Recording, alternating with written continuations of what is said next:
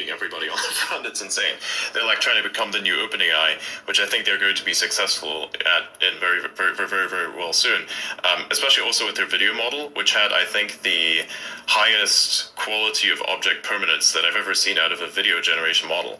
You know, people were like looking at Sora and thinking, wow, that's the future, which it very well was. And they had OpenAI saying, hey, we're going to release Sora at some point. And so they created the entire market demand for AI generated video and then just didn't ship the product. Then everybody else shipped their product, which is just as good as Sora. And then when Sora finally got shipped, then Google comes out with their own version of it, and it's instantly fucking like Sora is instantly obsolete.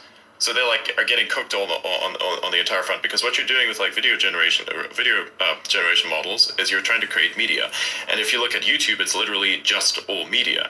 So I think there's like a divide that one would need to acknowledge, where it's like the stuff that's really useful, which is, you know, robots walking around in physical like real world space, and like cars driving around, and you're just like collecting all the data to kind of, you know, put it all in one specific like place. Those are like wildly different things, and each serve a wildly different purpose, which is also why many car companies that want to work on, say, you know, vehicular autonomy are not able to manufacture this or like produce it or put it out there in any shape or form that's actually sustainable and works properly. It's because they don't have like the same type of technology that Tesla does, and they don't also have the same amount of data. Like they're always going to be behind, because even if they want to collect the data now, they were like so behind in putting out the hardware, which is the camera thing that Meta was referring to. It's like they were already so ahead at gathering the data that now if they want to actually go out and gather the data, because they have all the new vehicles that are coming out, they're still going to be behind. So Tesla keeps winning on that front. And now you can have like, you know, robotics, just humanoid robotics, which is I think a lot easier to a certain extent in terms of like data gathering